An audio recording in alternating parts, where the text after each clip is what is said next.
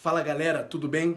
Olha, em tempos de reclusão, a Nova Semente tem preparado conteúdos para fortalecer, para ajudar a fortalecer um pouquinho mais o seu relacionamento com Deus, a sua espiritualidade. E a partir de hoje, durante todas as tardes de sábado, a gente vai ter um encontro marcado aqui no canal da Nova Semente para comentar e discutir um pouco sobre o que a gente aprendeu com a mensagem do Sermão da Manhã. E você é nosso convidado para estar aqui todas as tardes desse período. E você vai poder participar aqui conosco, deixando sua mensagenzinha, comentando ali o que você mais gostou no sermão, deixando suas dúvidas. Você pode colocar aquilo que você aprendeu de novo com a mensagem de hoje. E, enfim, se você tiver dúvidas, a gente está aqui para poder ouvir você e a gente discutir sobre o que foi ouvido de manhã. E no bate-papo de hoje, nós iremos falar sobre o tema da nova série, que é fé. Hoje de manhã, o pastor Edson Nunes falou um pouquinho sobre Bereshit Bará. E eu não sei quanto a você, pastor Andrei, mas para mim foi novidade essa conexão com Jesus. Você poderia comentar um pouquinho do que você já sabia sobre esse tema? Pois é, essa primeira expressão que aparece no texto sagrado, lá no início, no princípio, Bereshit, é uma expressão que traz muito mais sentido do que aquele que a gente tem de cara aqui na nossa versão no português. Quando a gente lê no princípio, que é uma possibilidade de tradução, a gente tem a ideia de um lugar no tempo. Lá no início de todas as coisas, Deus criou e os céus e a terra e por aí vai. Mas a expressão Bereshit é uma expressão que tem a partícula B, que significa, que pode ser traduzido por no, mas tem por sua principal possibilidade de tradução pelo, através de, por meio de, no. No também é uma possibilidade, mas talvez não a melhor. Talvez a melhor tradução seria pelo princípio, Reshit, princípio, início, pelo princípio, Deus criou todas as coisas. Através do princípio. E quem seria esse princípio? A gente viu no Sermão da Manhã o pastor Edson explicando para a gente que esse princípio pode ser uma pessoa, e essa pessoa fica clara no decorrer do texto sagrado, que é a pessoa da segunda pessoa da Trindade, que é Jesus. Quando a gente vai para João capítulo 1, verso 1, o Evangelho de João, a gente tem uma espécie de releitura de Gênesis 1:1. João, ele começa o seu Evangelho dizendo assim, enarque en logos, em grego. Ele diz assim, no princípio era o verbo, no princípio era a palavra, no princípio era Jesus. Só que o que ele está dizendo, ele está denotando quem era o no princípio. Quando ele fala enarque en logos, ele está dizendo assim, o no princípio é Jesus. O no princípio, lá de Gênesis 1, era esse logos que surgiu aqui, era esse verbo, era esse o Cristo, essa pessoa. E ele vai dizer assim, no princípio era o verbo estava com Deus. Então lá no período da criação, o verbo estava com Deus, Jesus estava com Deus, e o verbo era Deus, e Jesus era Deus. Ele estava no princípio com Deus, e todas as coisas foram feitas por intermédio dele, e sem ele nada do que foi feito se fez. Ou seja, tudo foi criado através do princípio, através do logos, através do verbo, da palavra, de Jesus. E isso reforça uma tradução de que Gênesis 1, verso 1, esteja dizendo e se referindo à pessoa da segunda pessoa da Trindade. É como se Moisés estivesse fazendo um vocativo da Trindade. Ele vai apresentar as três pessoas da Trindade. Ele vai apresentar o no princípio, que é Jesus. Através de Jesus, Deus o Pai criou, e o Espírito Santo de Deus, a gente vai falar disso daqui a pouquinho, ele apresenta as três pessoas de uma vez só. Paulo vai reforçar isso também, para não ficar muito longo aqui a minha fala, mas Paulo vai reforçar isso também lá em Colossenses. Quando a gente vai para Colossenses, tem talvez a releitura de Paulo, de Gênesis 1, verso 1. Olha quanta coisa a gente tem só no primeiro verso das Escrituras. Mas quando a gente vai para Colossenses 1, verso 15 em diante, diz assim, este é a imagem do Deus invisível, o primogênito de toda a criação, está falando de Jesus. Pois nele foram criadas todas as coisas, ou seja, nele, Jesus, foram criadas todas as coisas, nos céus e sobre a terra, as visíveis e as invisíveis, sejam tronos, sejam soberanias, quer principados, quer potestades, tudo foi criado por meio dele, por meio do princípio, por meio da palavra, por meio do verbo, por meio de Jesus. E para ele, e o verso 17, ele é antes de todas as coisas, nele tudo subsiste, ele é a cabeça do corpo da igreja, e aí o verso 18 Paulo vai dizer, ele é o princípio. É como se Paulo estivesse dizendo assim, gente, sabe o no princípio lá de Gênesis 1? Ele é o no princípio. O no princípio é Jesus. E foi por meio dele que foram criadas todas as coisas. Então, assim, é revelador para a gente o primeiro verso das Escrituras. Ele apresenta, nos 2 primeiros versos, Moisés apresenta para a gente a Trindade. E eu acho que agora a gente pode desenrolar isso aí. Tem mais coisa para falar. Acho que vocês também têm algo a dizer aí. Vamos conversando. Pô, isso aí, o pastor André resumiu muito bem aí a questão. E como o Novo Testamento vai fazer essa leitura, né, dessa palavra princípio, palavra Bereshit. E no Antigo Testamento você tem, por assim dizer, uma leitura também que um autor faz, que está lá no livro de Provérbios, provavelmente foi Salomão quem escreveu, e ele faz uma leitura também do que seria esse princípio, né?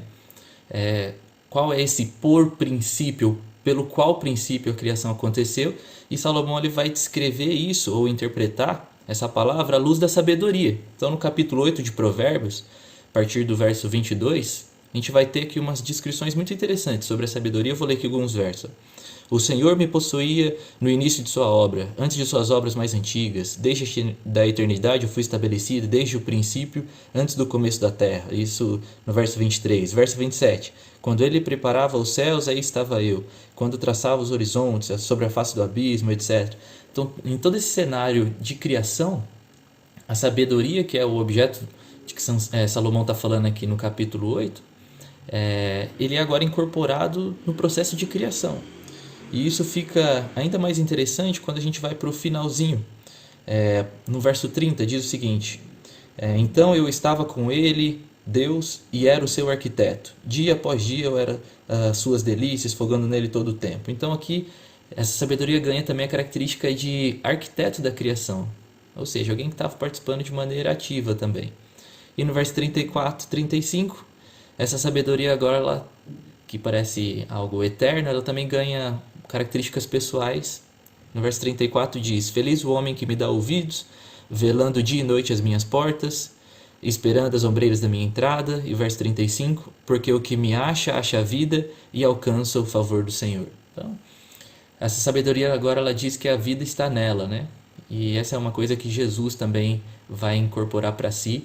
Mas aqui Salomão ele faz essa interpretação de que esse princípio também é a sabedoria, que é esse ser eterno, é Jesus, que é a sabedoria de Deus, o arquiteto da criação, que estava com ele no início e era Deus, era a palavra que depois se fez carne. Olha, eu não sei vocês, mas eu tô adorando esse negócio de fazer transmissão e poder mesmo de casa aprender e falar um pouco mais sobre a palavra de Deus. Uma das coisas que o pastor Edson Nunes falou de manhã, eu queria até que vocês comentassem, pode ser eu, o pastor Luciano, o pastor André. Ele fala que no princípio, ou pelo princípio, Deus criou e não foi do nada. Não é que necessariamente não tinha nada e passou a haver. E na minha concepção, o fato de já ter alguma coisa lá ou não ter começado do nada, não diminui a grandeza da atuação de Deus. Pelo contrário, torna ainda mais intrigante, curioso talvez. E aí eu queria saber um pouquinho do que vocês entenderam dessa declaração aí, que para mim pelo menos foi novidade. E isso tem a ver com a segunda palavrinha do verso, que é Bereshit Bará. E o sentido da palavra Bará vai explicar, vai lançar luz sobre essa questão que você, Vitor, está trazendo para a gente. Eu acho que o Luciano pode falar um pouquinho para a gente sobre essa expressão, o que ela significa. Tem gente que associa ela com ex nihilo, ou seja, o Bará seria criar a partir do nada, mas a gente viu que o Exxon colocou que não é bem assim. Como é que é, Luciano? O que você tem a dizer? Eu concordo com vocês, eu acho que não diminui nem um pouco a ação de Deus na criação quando a gente parte do pressuposto de que não é fora de matéria, né? Não é a partir do nada, mas a partir de alguma coisa, porque o foco de Gênesis 1 é justamente essa passagem, né, de um mundo que é sem forma e vazio, que a gente vai analisar daqui a pouco, mas que não tem vida, em um lugar que é cheio de vida. Então, esse verbo bará, ele vai aparecer com um único sujeito na Bíblia, que é Deus. E uma coisa que é muito legal de se pensar é que, só Deus ele tem essa capacidade de transformar um cenário negativo, que não gera vida, em um cenário frutífero, né? Transformar um deserto em um jardim. E eu acho que isso não é um milagre menor do que criar do nada, né? Pelo contrário, o grande milagre que está acontecendo em Gênesis 1 e que vai acontecer em toda a Bíblia é essa transformação que Deus faz de um cenário desfavorável e ele transformar esse cenário desfavorável em um cenário cheio de vida, cheio de beleza, enfim, eu acho que tem muito poder nesse sentido também. E curioso é que a sequência, o que se segue, vai ser uma descrição daquilo que acontece na Terra, né? Aquilo que é criado na Terra. E por que a narrativa se concentrou mais no que é feito na Terra e não no céu? Eu acho que isso também a gente consegue comentar um pouquinho mais sobre isso. Luciano, Vitor, alguém? Tá, agora deixa eu ver se eu entendi então. Esse comentário aí a respeito do foco do relato, do que estava acontecendo na Terra, será que tem alguma coisa a ver com essa expressão torro vavorro? Acho que é isso que fala. Luciano, é assim que se pronuncia? Tem alguma conexão uma coisa com a outra? Fala pra gente. Pô, Ibrahim, não sei, velho. Eu acho que é isso mesmo. Depois a gente pergunta pro Edson pra ver aí, ele tira dúvida. Mas tem tudo a ver sim com essa expressão, porque essa expressão ela vai aparecer em outros momentos da Bíblia. E como o Edson mencionou, aquela expressão de Jeremias lá no capítulo 4, ela tem mais a ver com um cenário desértico. Tem tudo a ver com a terra. E esse cenário desértico que não gera vida, ele vai passar a gerar vida depois da ação divina, né? Então, de fato, tem tudo a ver com a terra. Agora, tem uma outra coisa também que é interessante, que você tem essa dificuldade, né? A terra ela é sem forma e vazia. E no processo de criação de Gênesis 1, primeiro Deus ele dá forma, já que não tem forma, então ele separa luz e trevas, separa firmamento, etc, etc, as águas da terra e tal, e depois ele começa a encher, né? Fazendo com que os seres criados apareçam, né? Que os seres que vão ser criados apareçam, as frutas, etc. Então essa expressão ela tem tudo a ver com o que vai acontecer na terra, sem dúvida. E para não ficar só nisso aqui, parecendo que já tem bastante coisa só nos 2 primeiros versos da Bíblia, a gente tem mais coisa ainda para entender nesses 2 primeiros versos. Quando a gente continua, o texto vai apresentar a terceira pessoa da Trindade, e eu sei que esse não foi necessariamente o foco da mensagem do pastor Exxon, mas eu quero insistir com essa ideia da Trindade sendo apresentada aqui nesses 2 primeiros versos. Quando vai falar do Espírito Santo, vai dizer assim, então passa pelo que o Luciano acabou de falar, a terra era sem forma, porém estava sem forma vazia, a gente já explicou, e diz assim, havia trevas sobre a face do abismo e o Espírito de Deus pairava sobre as águas. E quando apresenta a ideia do Espírito Santo pairando, a gente costuma ter uma impressão de alguma coisa que está vagueando, alguma coisa que está perdido no vazio, sem muito propósito, só se mexendo, ou uma energia, ou uma espécie de algo mais sensorial, e isso é estranho ao conceito de fato bíblico. Quando a gente vem para a palavra pairava, a gente tem a palavra merahefet, que tem a mesma raiz do verbo haraf. E a ideia do verbo haraf é uma ideia mais intencional do que simplesmente mover-se. A gente vai ter um outro verbo aparecendo com essa mesma raiz, Yerahef, da raiz haraf. O Yerahef vai aparecer em Deuteronômio 32, verso 11, vai dizer assim, como a águia desperta sua ninhada e voeja, e aqui está a tradução do verbo Yerahef, voeja sobre os seus filhotes, estende as asas e tomando-os os leva sobre elas. O Exxon falou sobre isso um pouco. A ideia de Merahefet, que foi traduzido por pairar, é uma ideia mais intencional, é a ideia de uma águia que está cuidando, que está aninhando os seus filhotes, está alimentando eles, está construindo a casa para eles. Ou seja, o Espírito Santo tem papel ativo na construção da criação. Você tem as 3 pessoas da Trindade aparecendo no momento da recriação, da criação, que é o princípio, que é Jesus, o Elohim, que é Deus o Pai, e o Espírito Santo que está aninhando, está construindo a terra. Isso vai, só para fazer um link com o Novo Testamento, em Lucas capítulo 1, verso 30 em diante, quando é predito pelo anjo o nascimento de Jesus para Maria, por ocasião da recriação da humanidade, a gente pode entender assim, né? Porque naquele momento nasceria o Redentor. No momento da recriação do homem, ele diz assim: eis que conceberás e darás à luz a um filho, a quem chamarás pelo nome de Jesus. Este será grande e será chamado Filho do Altíssimo. Deus, o Senhor, lhe dará o trono de Davi seu pai. Ele reinará para sempre sobre a casa de Jacó, e o seu reinado não terá fim. Então disse Maria ao anjo: como será isso? Pois não tenho relação com homem algum. Respondeu o anjo: descerá sobre ti, olha só, descerá sobre ti o Espírito Santo, terceira pessoa da Trindade, e o poder do Altíssimo, primeira pessoa da Trindade, te envolverá com a tua sombra. Por isso também o ente santo que há de nascer, segunda pessoa da Trindade, Jesus, será chamado Filho de Deus. Então, por ocasião da recriação da humanidade, da construção da redenção, lá na criação nós tínhamos as três pessoas, Moisés apresenta as três pessoas da Trindade, construindo, criando, participando ativamente da criação. E na recriação do homem a gente tem mais uma vez as três pessoas participando da recriação do homem. Deus o Pai determina, cria estratégia, o Filho vai para a execução daquilo e o Espírito Santo está aninhando o útero de Maria para que Jesus pudesse nascer ali. Ele está preparando, assim como ele aninhou as coisas, construiu, moveu-se intencionalmente na criação. Acho que a gente pode encerrar essa parte dizendo que Gênesis 1, verso 1 e 2 ensina muita coisa para a gente. E a aplicação do Exxon feita no final foi fantástica. Ele vai dizer que a gente foi criado para gerar vida.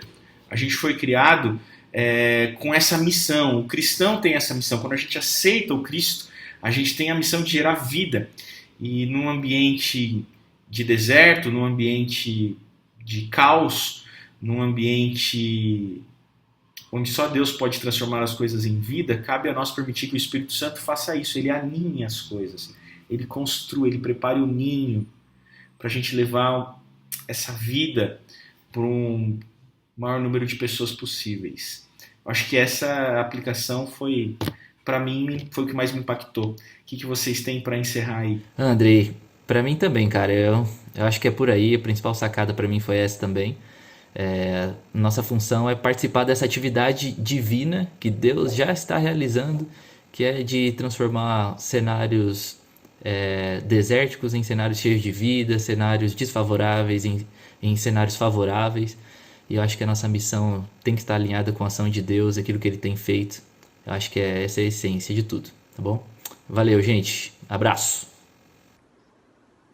Cara, que incrível. Eu tô realmente muito feliz, sabe? Tanto o Luciano quanto o André. Tô feliz porque a gente separou um pouco da nossa tarde de sábado para recapitular aquilo que Deus falou pra gente logo no começo do nosso dia. Eu saio desse bate-papo e saio do dia de hoje com alguns aprendizados. Tanto da revelação da Trindade, logo ali no começo da criação, quanto das novas palavras ali em hebraico e, sobretudo, sobre a missão, como vocês falaram. A missão do cristão. E aí o meu apelo é para quem está assistindo agora essa transmissão é que você possa, de verdade, se permitir ser usado por Deus como um agente aí de salvação, de transformação, enfim, um agente de pregação para que outras pessoas possam ter vida também. Bom, no sábado que vem temos um encontro aqui no mesmo horário, comentando e aprendendo um pouco mais daquilo que a palavra de Deus venha nos ensinar. Eu espero vocês. Um grande abraço, pastor André e pastor Luciano. E até a próxima. Tchau, tchau.